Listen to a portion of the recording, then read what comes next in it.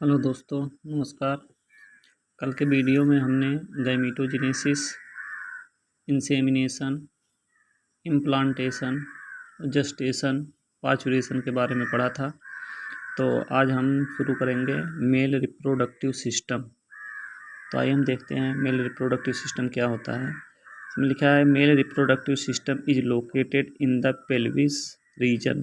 इसका मतलब क्या हुआ? मेल रिप्रोडक्टिव सिस्टम मतलब नर नर जनन तंत्र नर जनन तंत्र इज लोकेटेड मतलब स्थित होता है इन द पेल्विस रीजन में स्थित होता है। मेल रिप्रोडक्टिव सिस्टम कहाँ स्थित होता है?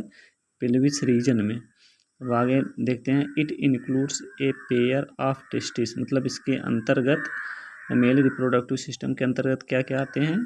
Testis along with accessory duct.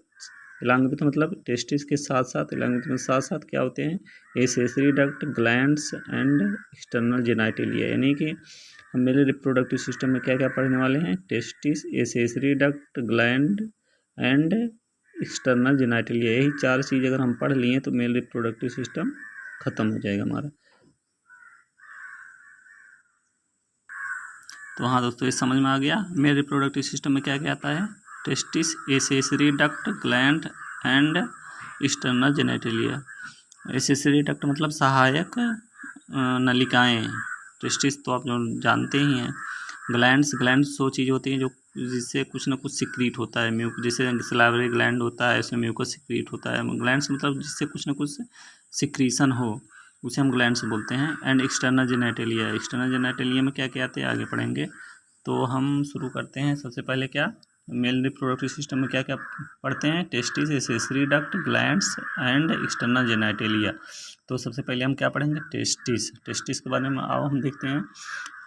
Testis क्या लिखा है इस लाइन में, देखिए। Testis are situated outside the abdominal cavity within a pouch called scrotum.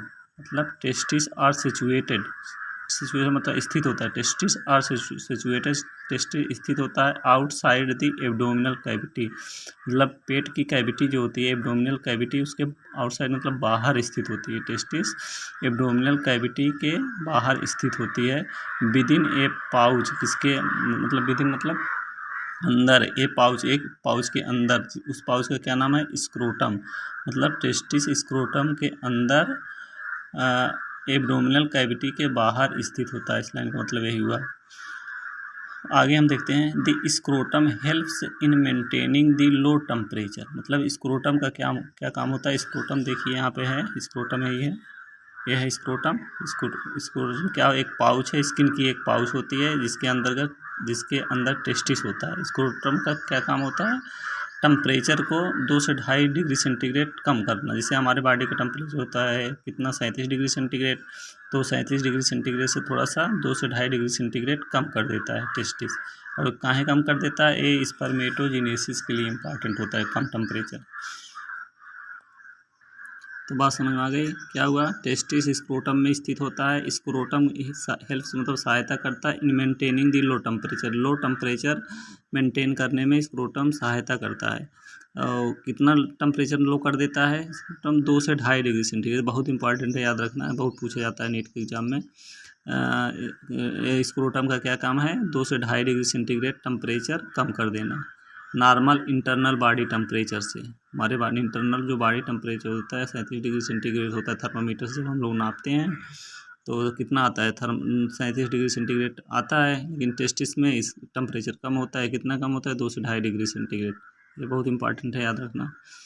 और कम होना एक इसमें सहायता करता है स्पर्मेटोजेनेसिस। जो टेम्परेचर कम हो जाता है, इसलिए अगर टेम्परेचर ज़्यादा रहे तो स्पर्मेटोजेनेसिस ठीक से नहीं हो पाता। स्पर्मेटोजेनेसिस मतलब स्पर्म प्रक्रिया का बनना, जो का बनना जो है वो सही से नहीं होगा। अगर टेम्परेचर 37 डिग्री सेंटीग्रेड स्क्रोटम में भी रहेगा तो हमारा स्पर्मेटोजेनेसिस ठीक से नहीं होगा, मतलब स्पर्म सही से नहीं बन पाएगा। इसलिए यहाँ टेस्टिस में 2 से 2.5 डिग्री सेंटीग्रेड टेम्परेचर कम होना जरूरी है स्पर्मेटोजेनेसिस के लिए। स्पर्मेटोजेनेसिस क्या होता है? स्पर्म का बनना स्पर्मेटोजेनेसिस कहलाता है। इन एडल्ट मतलब जो 16 साल से ऊपर है। In adults each testis is Oval shape in shape.